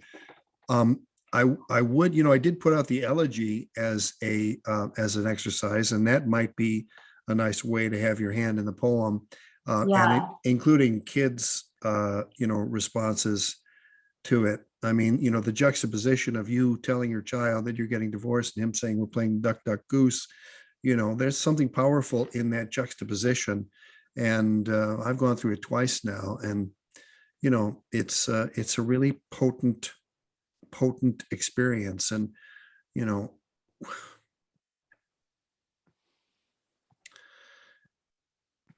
we want the best for our kids. When something like this happens, we try our best. We hope that our kids will forgive us. You know, this is the end of Ramadan, and those who practice Ramadan, part of the ritual is to say, please forgive me if I've done or said anything that has offended you. You know, forgive me for that. So there's in Ramadan, it's a you know, it's part of that ritual. And so when we get divorced, we don't know what the kid's experience is like. We have some sense about that. So to be able to document what's going on, these moments like that, I don't think any of us are going to have the recall that Anne Graham Walker has. I think that's superhuman. So to write it down now as best you can, even to take notes of it, like Anne says that she did, it's so essential because we have no idea. That's why I journal and I look at last year's journal entry to see what was going on. So, but I do think that when, you know, even if it's not your father, if it's your father outlaw dying, that probably enough energy to write a good elegy, or at least to take a shot at it, I think is important. As long as you don't tell anybody, you know, what did Ginsberg say? We can write anything we want as long as we don't tell anybody. So don't tell anybody you're writing it. And if it comes out good, share it. If it doesn't come out good, you know, put it in the back. Also, these things may evolve into something as well. They may be the raw materials for something else. And in week 5, inshallah, to quote another Muslim thing, inshallah, I shall have an epic exercise that might be great raw material for you to put in. Tim got Bernadette Mayer's Midwinter Day, and there's going to be an essay about it, if not next week, the week after, and talking about a feminist epic, talking about a woman's response to what deserves to be an epic poetry. And it's the day-to-day. It's the taking care of kids. It's the thinking about when you're going to get diapers and that kind of stuff, as opposed to the war and all the other sort of masculinist kind of things we were told the epic had to be. And here's Bernadette Mayer writing it in one day, certainly for months leading up to that, preparing for that, but then pouring it out in one day. And it's a marvelous achievement. So I hope that we'll get a chance to study that. In fact, I've asked you see in the course materials that I'm asking to do that. So go ahead. I'm reading this book right now, Brenda Hillman, Bright Existence. Is that brand new? No, I don't. I mean, yes, I just bought it, but it's 1993. Okay, I don't know that book. But anyway, what you say about women's epic is the day-to-day hits home for me. And also, you know, reading her and her talking about being at like McDonald's with kids, or I don't know where she is, you know, thinking about the other mothers, it just really resonates with me. And also thinking about like relationships and romantic relationships as being such an important part of her life. Yeah, Brenda's got a new book coming out, so I thought it was out already when you showed that, because I'm not familiar with that. Bright Existence. Brenda's amazing. I love Brenda. Do you know an anagram of her name is In Man Barred Hell? Say it again. An anagram of Brenda Hillman is In Man Barred Hell, something like that. I wrote it in American Sons. Anyway, the next person is it's Susan. That's exactly right. Yeah. Hello. Nice check-in, Laura. Hi, Susan. I'm not sure what I can add to what has already been said. I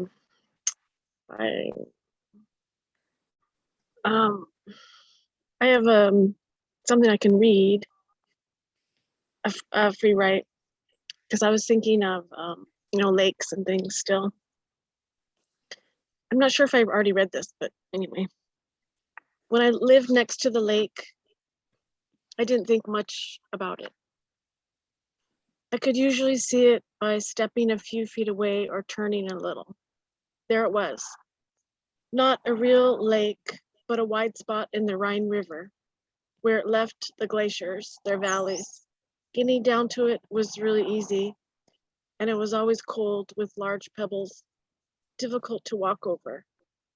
Swans had the best time. Swans were the perfect match for the lake, a perfect shape.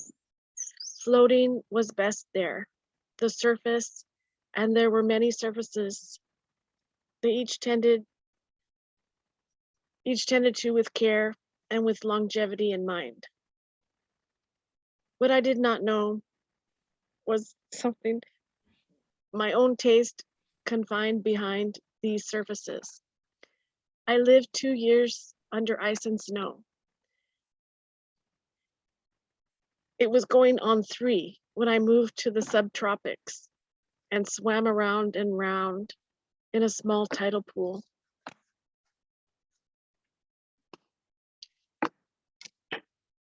I have some other stuff. And it's interesting how, like, looking at all the readings for this week, and well, last week too, you know, just sort of seeing them on the page of the, you know, what to click on and things on your page. It's interesting how things sort of, you know, overlap, and different, you know, themes and things. Like the theme, you know, the lake, the lake theme, of course, and then geology, and then with Rukeyser, something about the essay she wrote about keys, many keys, and so super interesting finding out about the work she did in anthropology, and participating in it sounded like oral history research for her teacher, Franz Boas, and then how she corresponded with his son and things like that. I guess I read the stuff about Mariel Rukeyser, and then I was looking for more things, or else clicked on links and things. I did a lot of, well, sort of a lot of reading then about her, and I guess what's hopeful is that there's a lot being written about her, and it's interesting to look at her poetry, or parts of her poetry, and, you know, sort of her long lines and the way she writes, and then think about her work as a social scientist too. And I know when I've had jobs cataloging and working in, like, sort of tedious, boring tasks, you know, different jobs I've had, it is really boring, but it's good that then your mind can wander and sort of crave creating, like being in the imaginary, or being in the speculative, or you know, there's a lot of poetry around doing those sorts of activities, and I guess I was reminded of that when I read about Rukeyser and, you know, all the work she did.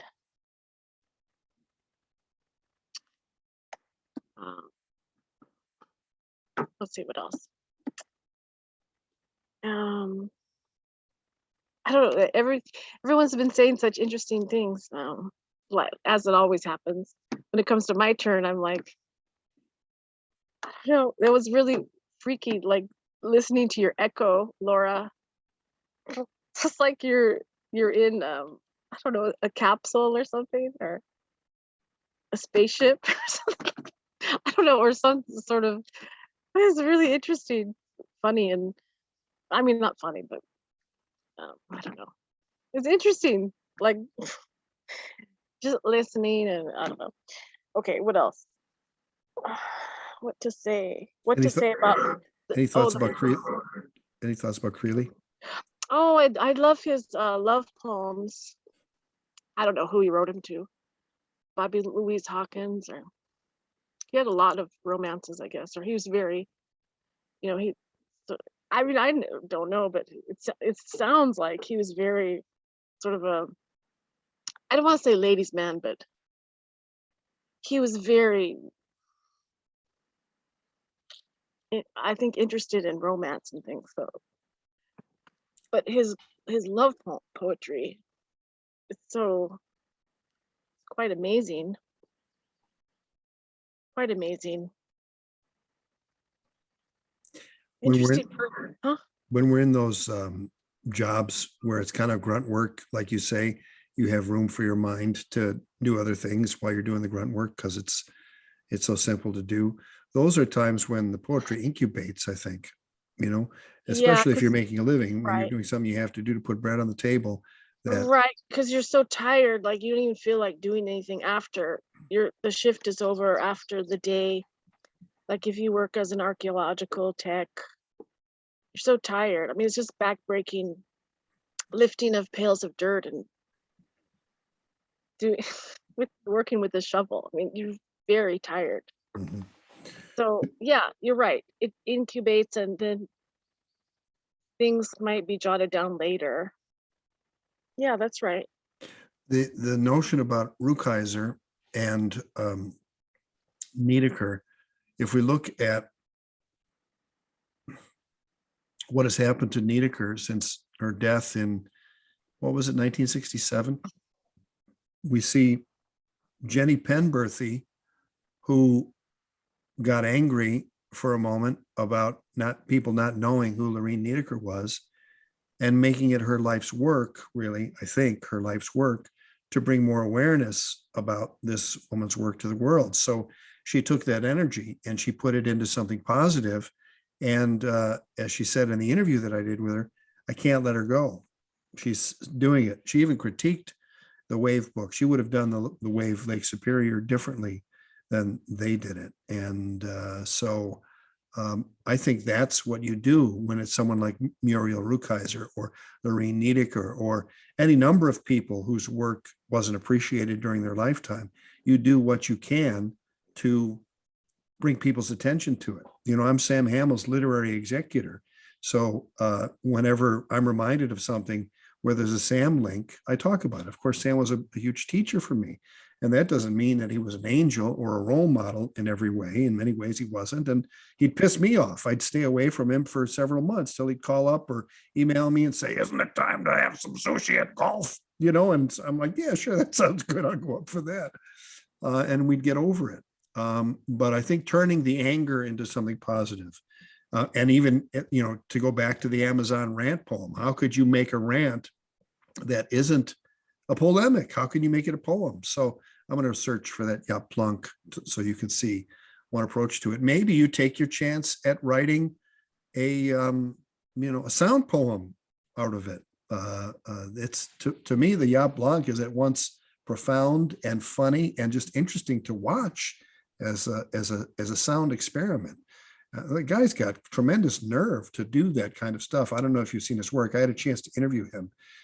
He did it. I think I asked him to do that poem in the interview, and we were in a room similar to Laura King's. I think there was an echo in the room, so it added a different dimension to it.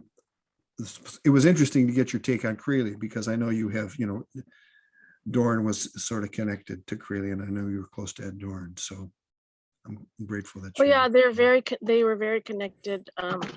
Robert Creeley was one of Ed's teachers, even though he was younger than Ed. Yeah, it's interesting. I mean, there's just so much to read and so much to write, and it's interesting. Like you say, like people should be more well known. Or I know Taryn was saying, so passed over or looked over. I mean, not. I mean, yes, but I don't know. It's hard to get it to have a perspective too with our current culture of celebrity and things, and what does that mean? And it's just all very interesting. The photo of the Mahu there, you know, posing after Gauguin's painting. That's kind of cool. I mean, it's neat to see more of that. And then I asked myself, well, why is that interesting? I think so. Yeah. Okay, thank you. Whoever wants to go can go. I think we're done, except for Okay. Adelia. Did everybody? We got everybody, yeah. Kim, is Kim here? Kim No. didn't make it here. Okay. She didn't. The others told me they weren't coming. Adelia, however, gave me a 10-minute video of her new poem, and I'd like to play it now. If you're up for that, we're kind of. It's 5:55, so we're actually doing okay on time. Is it bread time? It might be bread time for Linda Crossfield. I could probably put this online too, but let me share screen here and find out where is it. Is it open? It's not. Dag nabbit, it's not open. Hold on just a second. Let me, yeah, QuickTime is right there. It should come up in the QuickTime player. Okay, so let me just, will it share? Oh, here it is. Okay, so here's Adelia, and here we go. 10 minutes and 27 seconds. Thumbs up if you can hear it when she starts talking.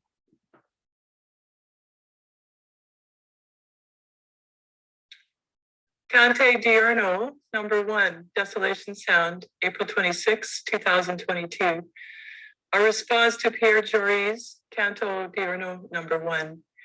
And the epigraph is, there's a springtime outside of the seasons of yin and yang.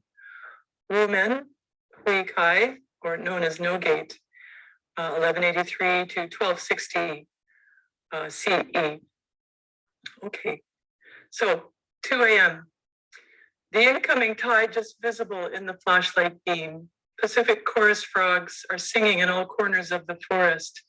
No words, but a world. As I fall asleep, the pauses between frog operettas lengthen into silence. This cabin, part of what I called home for a few years. The creatures here still feel like my kin, my skin. I begin to fall into a pre-human dream that is more real and lasting than the human one. 7:32 a.m. Attempted obad, but the rising sun is obscured by low cloud. I am woken from quickly forgotten dreams by noisy robins. A little plume of smoke over at the neighbor's house. They like to cook their breakfast on the wood stove. Sound of ravens' wings above me as I stumble up to the outhouse. The executive suite with its poster of Hokkaido's Great Wave. A raven lands in a tree, watches me, then flies off. I feel like I've been ID'd by midnight. Nature is not necessarily kind to us, especially those of us raised at a remove. I wanted to know these ravens better once, still do. 9:52 a.m.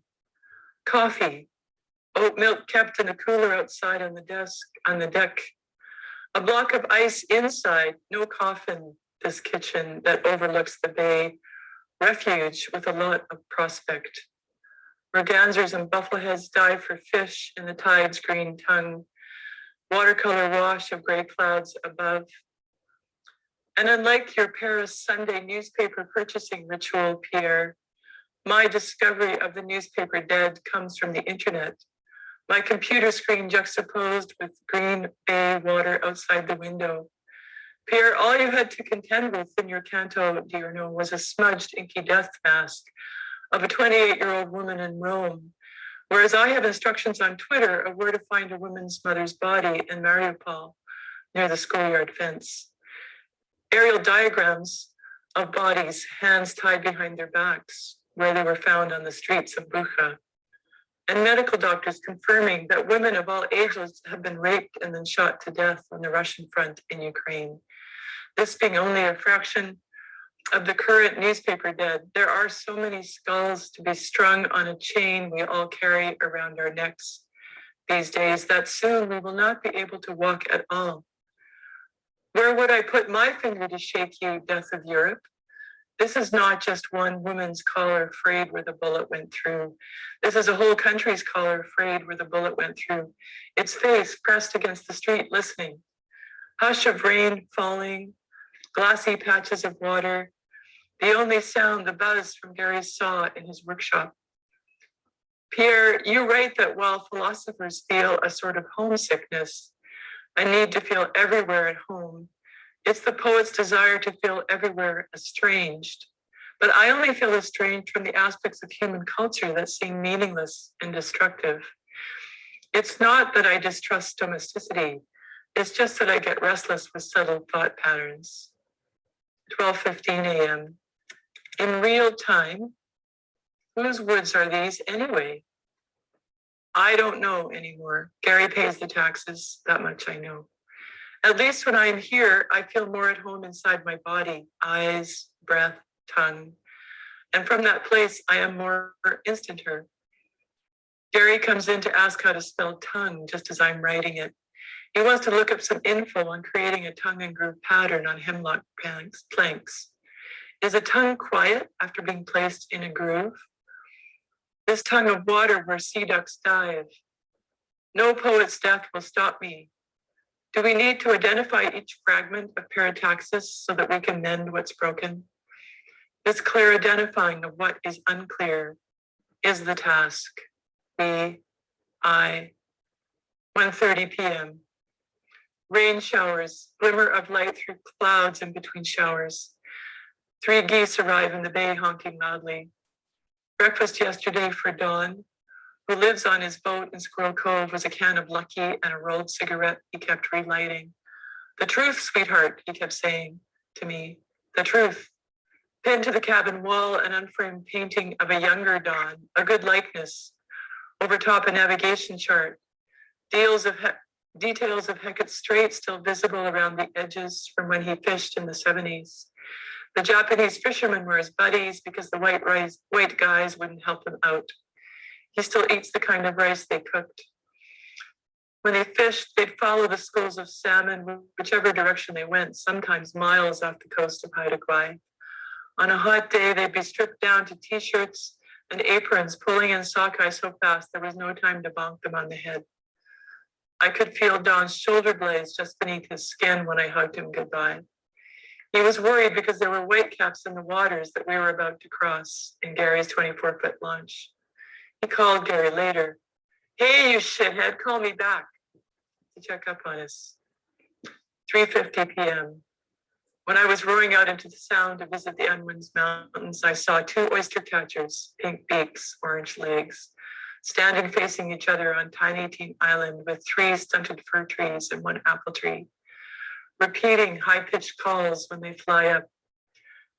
I cried a little when I talked to the mountains today. They listened with great understanding, clouds boiling over their heads.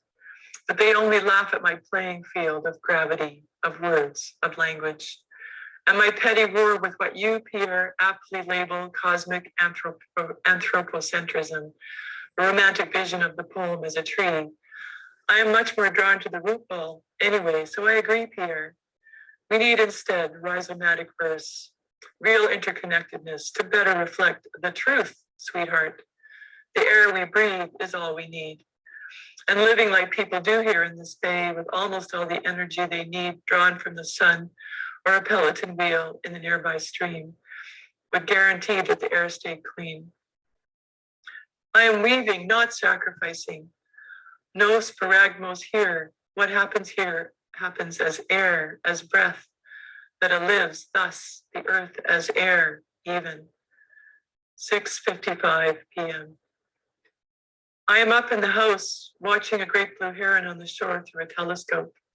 Its great feather tassels tussle at its chest as it stalks a tiny fish with rapt, Tai Chi-like movements, completely focused. Zen master heron being utterly itself. We visited Carl and Sonia, the neighbors who are in their 80s. The windows of their little house look out across Desolation Sound to Cortez Island. Alas, the conversation kept leading to the anxiety we all feel about the war and concerns about the environment. The swallows have not returned here for the second year in a row.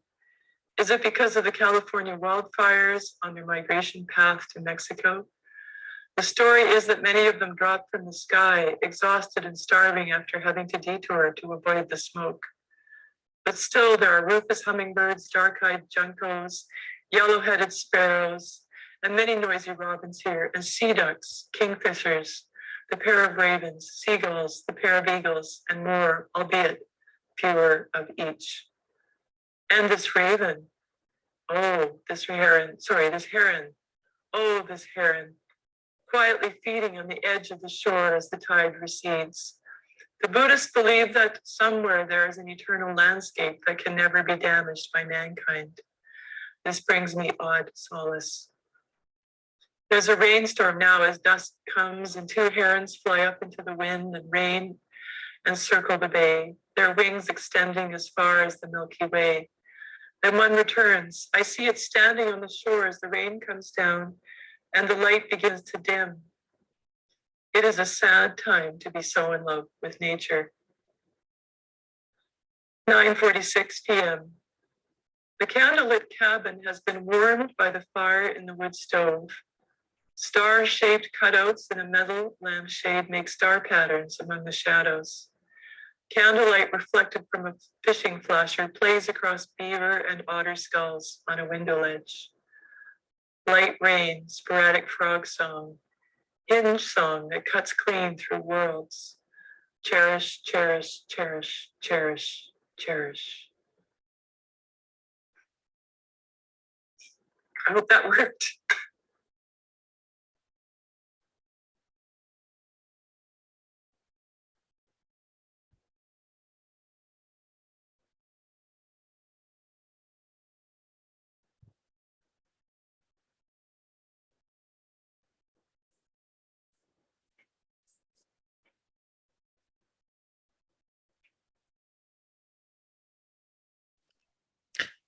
Paul, what was the model for that?